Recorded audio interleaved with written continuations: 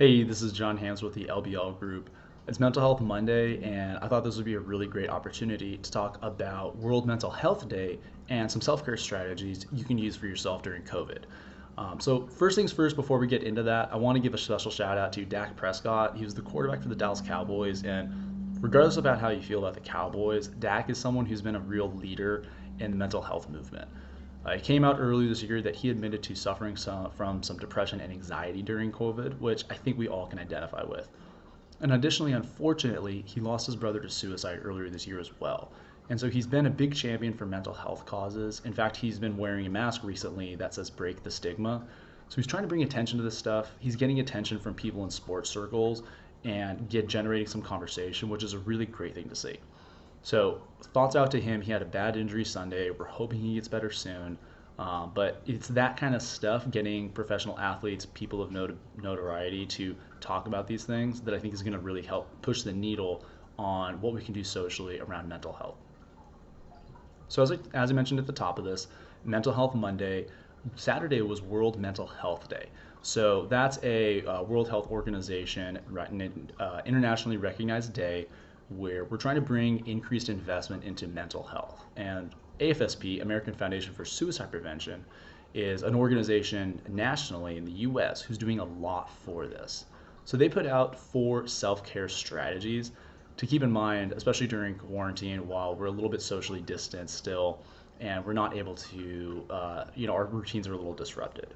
So the 4 areas of focus they have cover mind, body, soul, and your surroundings.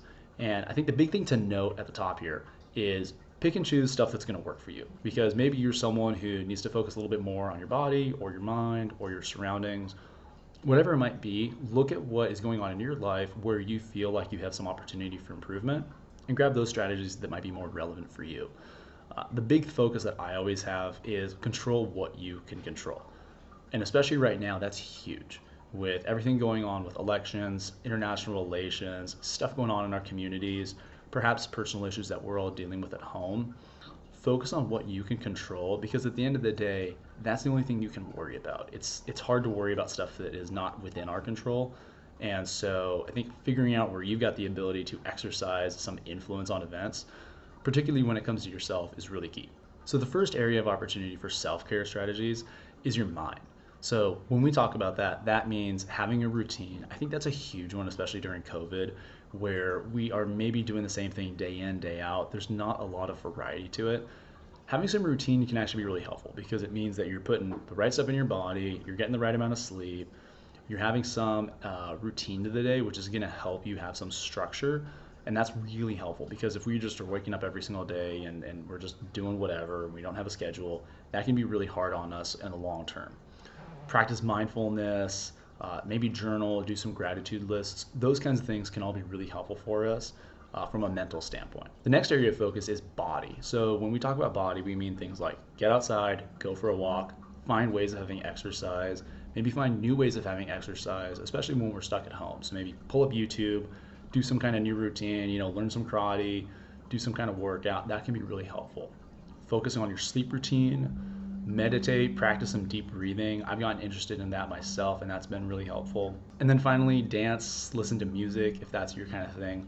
All of that can be really helpful for you, focusing on your body, because how we feel physically is going to make an impact on how we feel mentally. The third area of focus is soul. So at the top, ask for help. And then if you have someone in your life who you feel like maybe needs some help, reach out to them. Start a conversation. Just reach out a hand and say, how are you doing? That can do wonders. And I've seen that both personally to others as well as when others have asked me.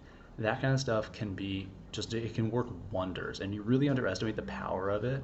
But if you've been on the receiving end of it, you can identify, you can agree that makes a big difference. From a social media standpoint, limit how much you're doing on it, set some boundaries. Maybe follow some feel-good accounts, right? I definitely do some doom scrolling where I just scroll past stuff that makes me angry and upset. When that happens, I need to log off, grab a book, get a cup of coffee, go sit somewhere that makes me happy. Setting boundaries for yourself on social media can be really helpful, because it can be a big drain on us spiritually and mentally. And then finally, just connect with whatever inspires you. So if that's following pro athletes, reading some inspirational stories, those kinds of things can be really helpful for us in that environment, as opposed to the stuff that just increases our anxiety, it increases our thoughts about the world and things that are out of our control. And that's the big thing we want to focus on, is what we can control. And the final area of focus is your surrounding. Create a comfortable space around you that you can retreat to. If that's something that's like a big comfy chair where you can curl up with a book, if that is a room that makes you really happy with the stuff that's on the walls, whatever that is, find something that's yours and you can really just mentally retreat to and feel great about yourself once you're in that position. Display things that you like to look at. That's why I've got posters up and books, stuff that makes me happy, if it's memories or things that are kind of inspirational. All that can be really helpful. Also, join some virtual gatherings.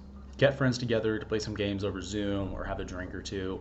Those kinds of things can all be really helpful, trying to create a sense of social environment for us, because we might be lacking that right now. Maybe watch a movie or a show, especially if it's something that you've been wanting to watch. I know for myself, I've definitely caught a couple series now that I wouldn't have otherwise watched, but they've been on my list to watch, and I'm really happy for having gone through that. So in closing, mind, body, soul, surroundings. Focus on what you can control. That's where I think you have the best opportunity for making an impact on your mental health. This is John with the LBL Group. If you have any questions, feel free to reach out. I want to be a resource. I'm here to help. Have a great one.